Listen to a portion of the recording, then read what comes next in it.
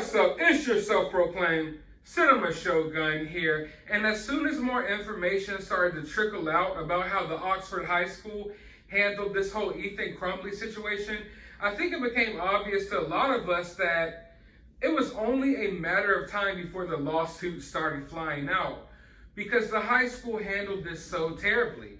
There were so many signs there that Ethan was a disturbed kid, and there was also just so many occasions where the school could have stepped in and prevented this from happening. And not just one, the school didn't just have one chance to prevent this from happening, they had several.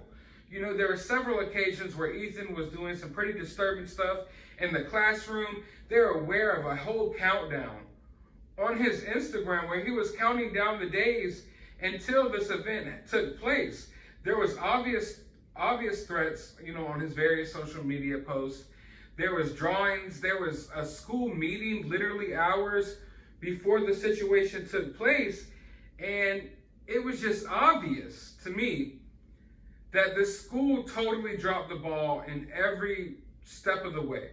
You know, they didn't even search the kid's backpack after knowing he had threats of hurting people, and he literally was drawing pictures depicting, you know, him doing bad things to his classmates, and they didn't do anything. They let him go back to class. So it was only a matter of time, of course, before some parents stepped up and sued this school and the whole administration.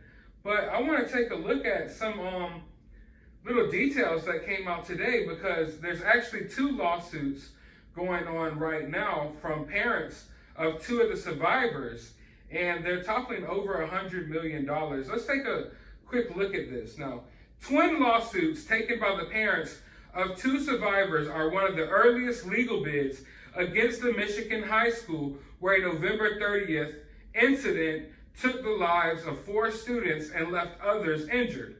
50-year-old Ethan Crumbley has been accused in the fatal incident.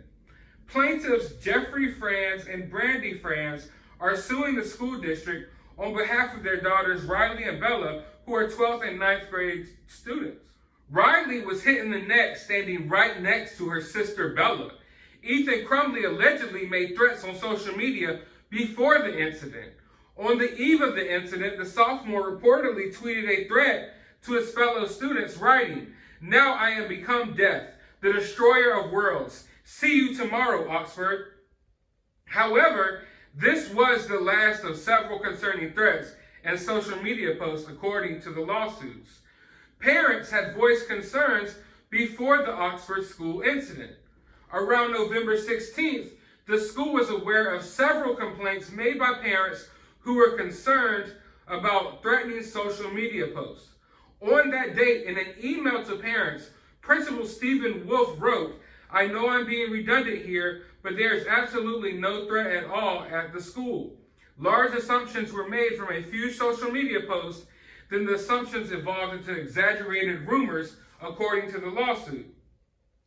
Because of an inaction on these warning signs, the lawsuit claims Wolf and Superintendent Tim Thorne made the student victims less safe. It is unclear which posts had raised concerns. The lawsuit also names 2 counselors, 2 teachers, a staff member, and the dean of students. The lawsuit claims the school ignored Ethan Crumbley's behavior. They were aware of the posts on the internet indicating that he was intending to commit mayhem, says attorney Jeffrey Feiger. He drew pictures indicating that he was going to engage in a murderous rage. They recognized it enough where they pulled him out of class. Instead of calling the police officer, they called his parents. He added, they told his parents to take him out of school. The parents refused. They said he could stay here and go to class. Feiger previously took a lawsuit against the parents of Columbine High School gunmen Dylan Klebert and Eric Harris in 1999. The lawsuit has emphasized allegations against the school that suggest administrators were aware of Crumbley's behavior and his need for psychiatric care on the morning of the incident, but failed to act or even ensure he did not have anything harmful with him. The school was also allegedly aware that Crumbley had drawn an image of a blank on his desk that morning. Oxford High School has attempted to explain how the warning signs were missed. Superintendent Throne made a statement on why Crumbley was returned to class following these incidents, saying that the teen claimed the drawing was a part of a video game he was designing, and informed counselors that he planned to pursue video game design as a career. The lawsuit against the Michigan School District for allegedly endangering the children are seeking $100 million each. Riley France was released from the hospital this week and is expected to make a complete recovery at home.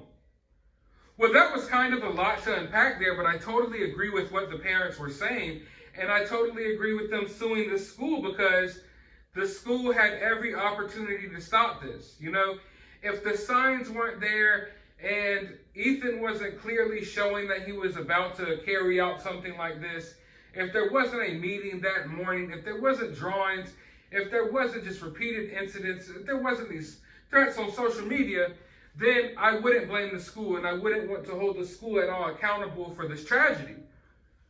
But that's not the case. The case is the school was totally aware of this.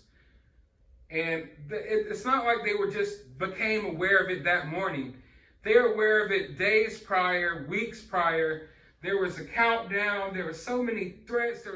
There were just so many signs like screaming out at you, like to stop this from happening. It's almost as if Ethan purposely was putting out all of these signs and all of these threats for someone to try to stop him. You know, in a way, like he wanted someone to pay attention enough to try to stop him. Or in maybe his sick and twisted mind, to care enough to try to stop him. But they didn't. Even when the parents came in for that meeting and they didn't even want to take him home. Maybe that was the last straw for Ethan for him to do what he did. And for the school to not even send him home, for them not to even care enough about whatever this kid was going through mentally, to just, okay, we'll go back to class and we'll just throw the situation away, even though he's clearly going through some crazy stuff. Like, this kid is clearly a psychopath about to commit an heinous act, and he's drawing pictures of it, he's writing about it, he's tweeting about this is going to happen, he's got the countdown going on, he's got pictures of this bang bang on his Instagram and his Facebook and all this other stuff. Like, there's just so much there that I just find it completely insane that this kid was allowed to go back to class. I know so many kids when I was going to school that got kicked out for far less, including myself. Never in any situation should this have gone this far and Ethan's still been able to go back to class. But I'm glad that there's some lawsuits being filed. I think people need to try to hold this school accountable because they're obviously trying to dodge questions now and stuff too, because they know the heat is up under them. But I want to know your thoughts about this down in the comments below. While you're down there, hit that thumbs up button, hit that subscribe button, ring that notification bell, go to the description of this video. I will have a link to my CashApp if you would kindly like to support the channel, a link to my other YouTube channel, you can go subscribe over there, and a link to my Twitter, you can go follow me over there as well. But as always, find some time out of your day to go watch a movie.